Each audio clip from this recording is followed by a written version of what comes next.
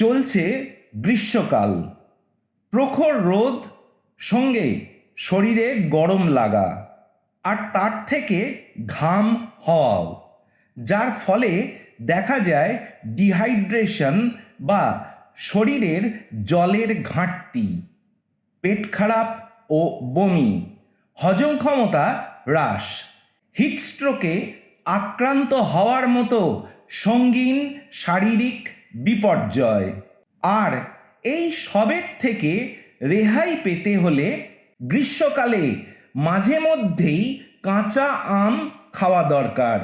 গ্রীষ্মের তীব্র গরমে শরীর সুস্থ, ঠান্ডা ও সতেজ রাখতে কাঁচা আমের জুড়ি মেলা ভার।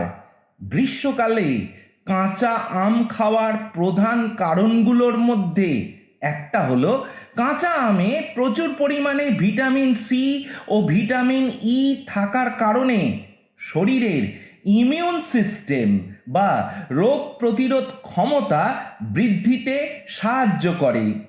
তীব্র গরমে শরীর থেকে ঘামের মাধ্যমে সোডিয়াম ক্লোরাইড ও জলের ভারসাম্য নষ্ট হয়। কাঁচা আম বা আমের শরবত এই ঘাটতি পূরণ করে এবং শরীরকে ঠান্ডা রাখতে ও হিটস্ট্রোকের ঝুঁকি কমাতে সাহায্য করে। কাঁচা আমে থাকা প্রাকৃতিক এনজাইম বা খাবার দ্রুত হজমে সহায়তা করে, গ্যাস ও অম্বলের সমস্যা কমায়।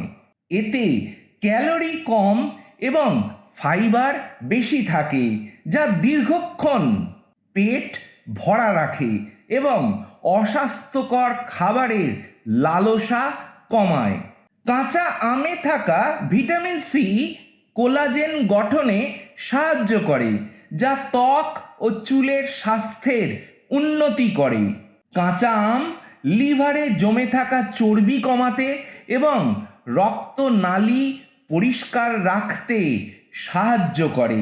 তবে শেষে বলতে হচ্ছে যে অতিরিক্ত কাঁচা আম খেলে গলা ব্যথা বা পেট খারাপ হতে পারে, তাই পরিমিত পরিমাণে কাঁচা আম খাওয়া ভালো।